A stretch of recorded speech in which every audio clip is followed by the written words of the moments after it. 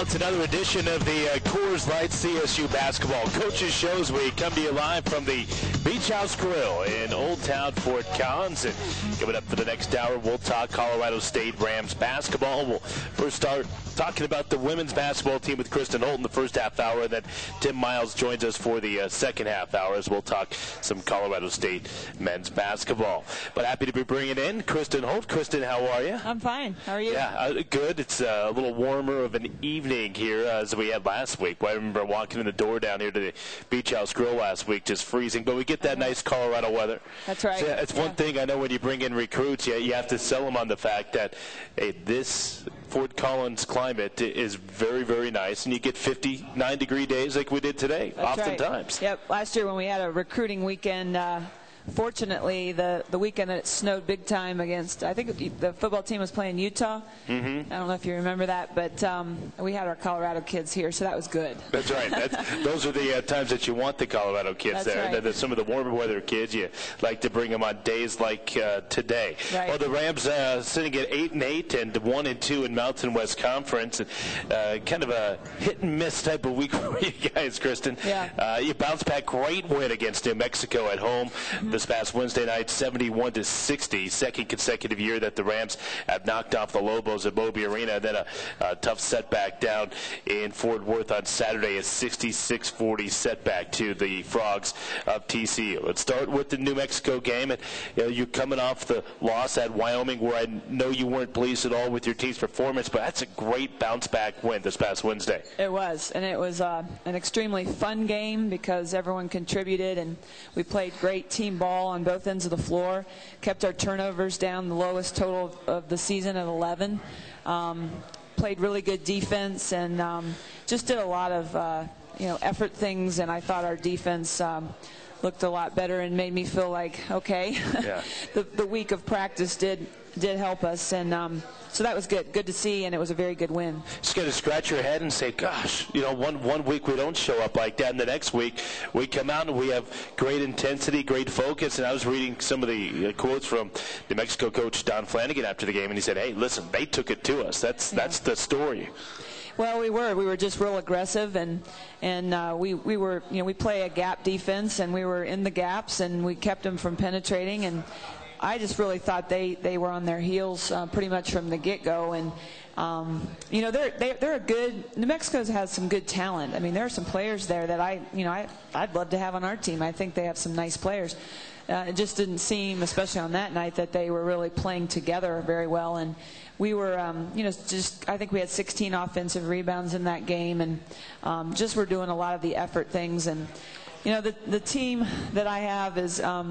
They're just, you got to really get them locked in as much as you can. And then as far as facing adversity, that's our big challenge right now. And in the New Mexico game, we didn't really face it because we came out and we kind of took the lead and we never looked back, and we didn't really face a situation where we were behind or had to fight back into the game. Which was different than when we went to TCU. Yeah, Colorado State jumped out to a 10-point halftime lead at 34-24. I know New Mexico made a few runs at you late in the contest. The lead got up to as many as 11, but boy, you guys had an answer to those runs that you probably figured a team like New Mexico was going to make, but you guys had the answer every time. Yeah, they did. They cut it to 3, and we were getting a little nervous about that because we had led the whole game and looked like things were going pretty well for us, but we hit some free throws down the stretch and took care of the ball and just did a lot of things down the stretch that you need a team to do to pull out the win, and it was a fun game. Now, did you have a sense at all? I know I've asked you this question before on other games, but did you have a sense your team would come out and play better coming off the Wyoming loss? Well, I sure hope so, because when you put in 4 or 5 days of really good practice and they're tough, and you're hoping that your team will respond that way. And I thought we had a really good warm-up. I know that sounds kind of strange, but I thought our team, we warmed up hard. We were locked in. We seemed to be ready to go. So that, it was good. And then again, we got off to a good start, and starts for us are really important. Yeah, it's interesting. Do you actually sit there sometimes and 15 minutes before a game watch the way your team is going through their pregame drills and have a pretty good idea of what team's going to show up? Well, Cody, our manager, he's pretty good at that. Is he? Okay. He usually comes to me and he kind of gives me the nod, like, that was good or that's not so good. And if he tells me that it's not so good, then I go in at the 8-minute mark before the game starts, and I usually get on them about, maybe not so much about the warm-up and that it's not been good, but are we focused? Are we ready to play? So, everybody's got their role. Yeah, kind of a subtle reminder there. It's good to see Cody pulling his weight around the program. He's third year. He better do something, That's right. Third-year manager, you better be pulling your weight. That's right. Well, the Rams got the big win, 71-60 over New Mexico. On Wednesday, we'll talk more about that contest and plenty more as we continue. Just getting started here tonight from the Beach House Grill here in Old Town, Fort Collins. Stick with us.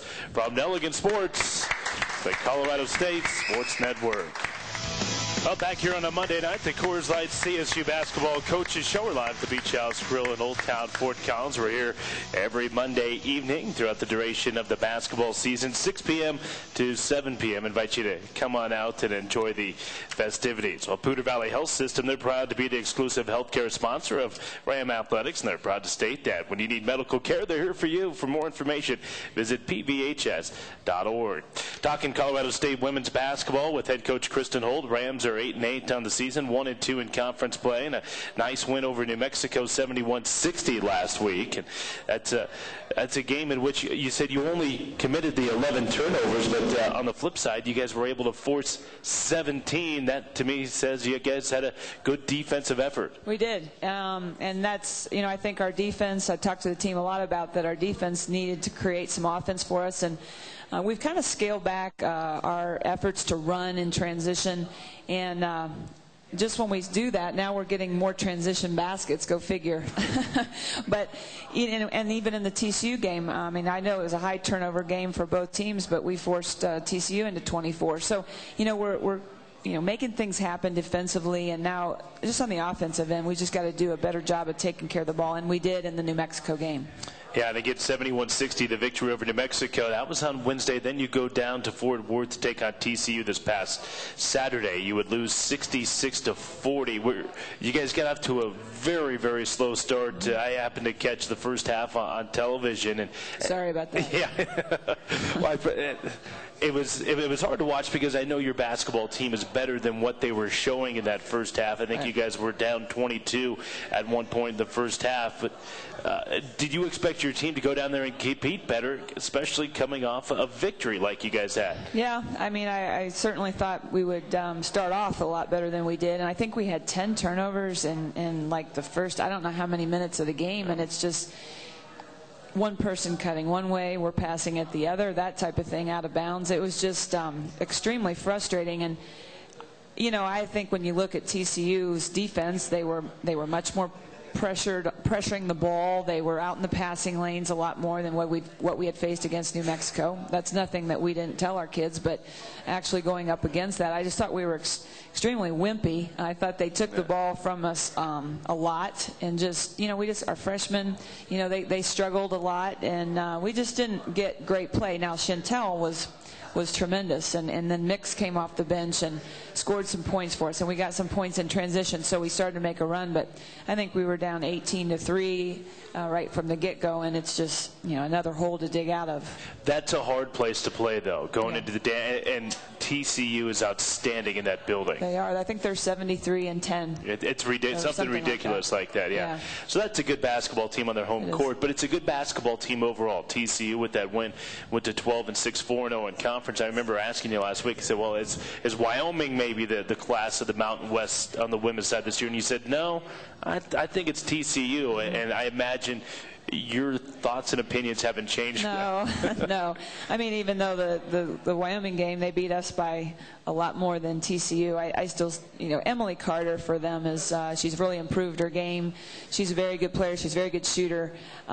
We held Sverresdatter down. I mean, she really wasn't the problem, but, they just kind of had everybody contributing at certain points. And their strength, their size, their quickness bothered us, and we just had a hard time really operating in the half court. Now, we handled their press. It really wasn't the press that that we turned the ball over. It was just in the half court trying to run our offense. Yeah, you mentioned Emily Carter, and she came into that game as the leading scorer in the Mountain West. And I think they showed a stat early in that game saying Carter was like 2 of her last 17 from the three-point line. She's one of the best shooters in the conference. And the thought went through my head, said, uh-oh.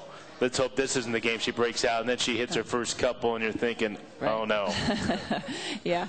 Well, you can't leave someone like that unguarded. I mean, that's the first problem. And then if she's hitting threes, you've got to try to make her put it on the floor and have her beat you a different way. So, but we were scrambling and trying to cover a lot of different people and just couldn't get where we needed to be as far as our assignments. But, you know, it's one of those games where, you know, I did like some things that we did later in the game, but overall I was disappointed in how we did. Yeah, Rams were able to get that down to a 13-point game at halftime, but really weren't able to draw any closer than that as, again, they lose 66-40. We'll have more with head coach Kristen Holt as we continue here on a Monday night, the Coors Light CSU Basketball Coaches Show, the Colorado State Sports Network.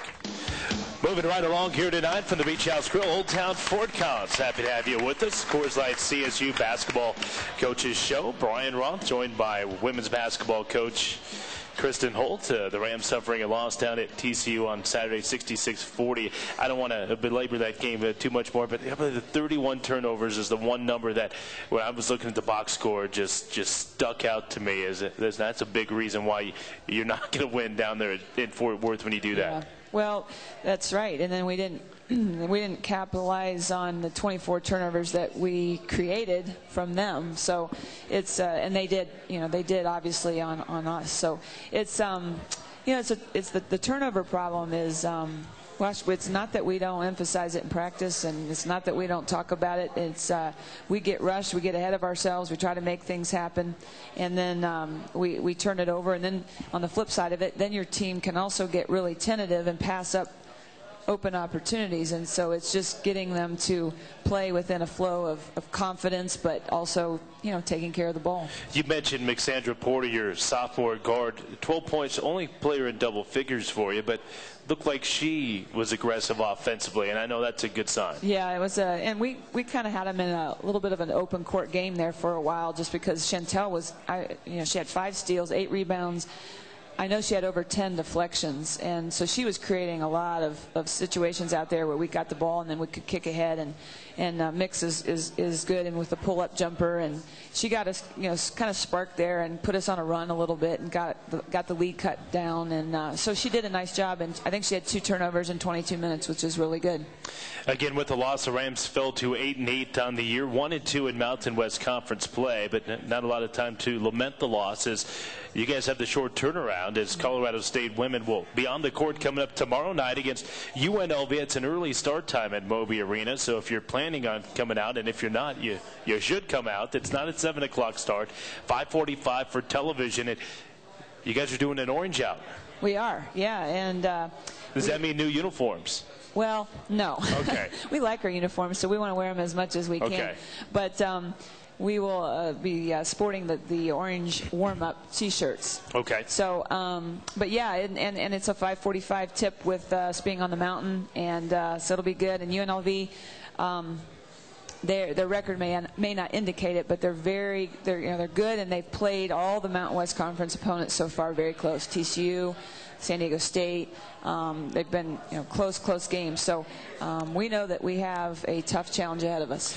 Rebels come in at 8-10 of the season. They're 1-3 in Mountain West Conference play. They had started off 0-3, and you had mentioned they had played teams close, but they were able to get off the snide at least in conference play on Saturday with a victory over Air Force.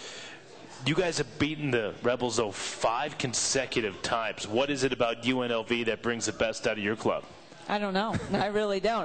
They're a team that I consider them to be very emotional, and that they can get on a run and they can have a lot of confidence, and they can take it to you, and then they can get down. And I just think that every time we've played them, well, when I think back to last year, we beat them in overtime.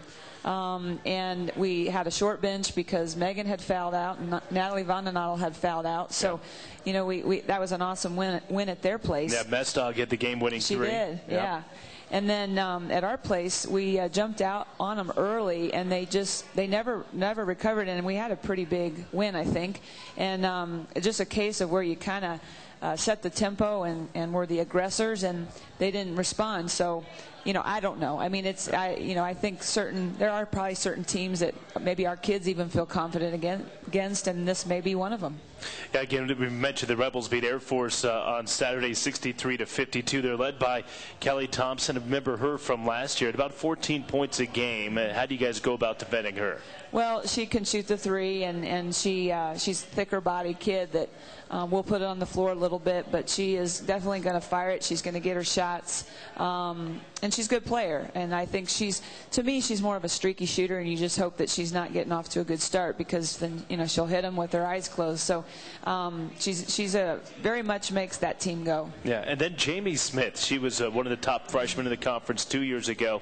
Really good rebounder and defender. I was thinking perhaps her numbers would go up as her career went along, but she's kind of been the same player that she was 2 years ago. Now, that's just me looking at a stat sheet and deciphering that. It's quite a leap, but what have you seen from her? Well, she's, when you look at her, if she were to be standing right here, you would never think that she's one of the top rebounders in the conference because of her size and her stature, but she really has a nose for the ball and does a nice job. And I know they've moved her out to the wing this year as opposed to being inside as much as she was. So she has the ability to shoot the three. And I think she's a really nice player and again, somebody that they look to help them score. Yeah, again, the Rebels and the Rams coming up tomorrow at 5:45. It's an orange out at Moby Arena, and we invite you to come on out. The game is on the mountain. We'll always invite you, though, to if you are going to stay at home and watch it, turn down the TV, tune into Matt Wozniak. Matt's doing a great job for you guys this year, by the way. I've had a chance to catch a couple of those games on the Colorado State Sports Network, your home for Ram Sports. All right, we'll wrap it up with the coach, Kristen Holt, after we come back here on the Coors Light CSU Basketball Coaches Show, live in Old Town Fort Collins tonight from Milligan Sports, the Colorado State Sports Network. All right, one final segment to talk CSU women's hoops tonight from the Beach House Grill here in Old Town Fort Collins.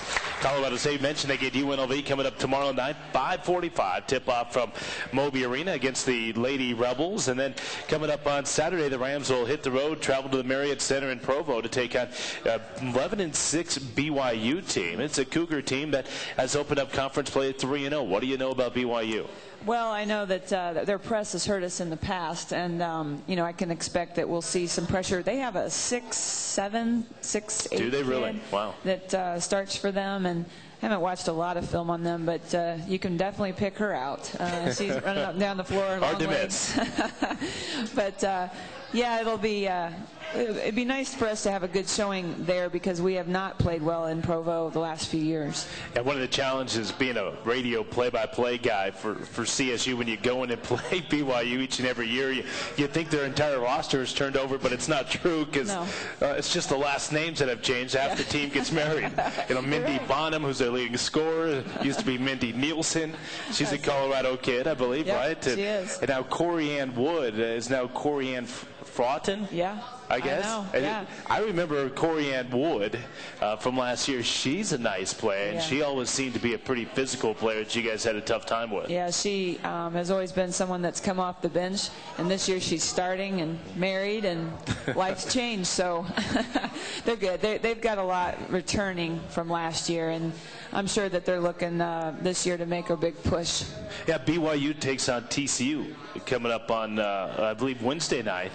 TCU, we mentioned 4-0 in conference, BYU 3-0, so the winner is going to come away with sole possession of first place. Who do you like in that game? It's in Fort Worth. Yeah, I'll tell you, I like TCU, especially with them being at home, but it'll be interesting. BYU early on wasn't playing real well, and I haven't watched them in the last few weeks, so I haven't seen them. But I think TCU, in my opinion, would stop themselves from winning that game. But BYU, you never know. They have a nice team. One final thought, Kelly Hartig, your transfer from Virginia. Of course, she's also a Colorado native. Boy, you guys can't catch a break with the injury bug, and she is out for a month. Yeah, she has the same injury that Sarah Hemmings had, and that's a very rare injury that takes place. Now, what is it? Well, it's, I guess, a fracture. It's from hyperextension, and there's a fracture there in the, I believe it's a tibia and high up on that bone, and so she's going to have to be off of her leg for a month, and then they'll just kind of see, from there. But that's, our depth inside isn't quite what you need it to be, but we're just going to have to make do, and we've got some people shifting positions, and we'll see what we can do. Yeah, and you have a great freshman like Sam Martin, and you had her on the television show with us last week, and a delightful young lady. She called me Kristen. Yeah, she did call you Kristen. I was like, ooh, that's not that's very never good. happened. That's Coach Holt, freshman. Yeah. you don't address your head coach as from their first name, so. Yeah. But then she immediately apologized. Right after she did it, she was like, oops. Yeah. But she's been a great player for you so far. Well, hey, best of luck coming up this week, and go out and get a win against Vegas coming up tomorrow. Thanks, Brian. Okay, it's Kristen Holt, head coach of the Colorado State women's basketball team. UNLV, Colorado State tomorrow night, 5:45 at Moby Arena. All right, midway through the program, we'll take a timeout. When we come back, we'll talk men's hoops with Tim Miles. That's next from Nelligan Sports, the Colorado State Sports Network.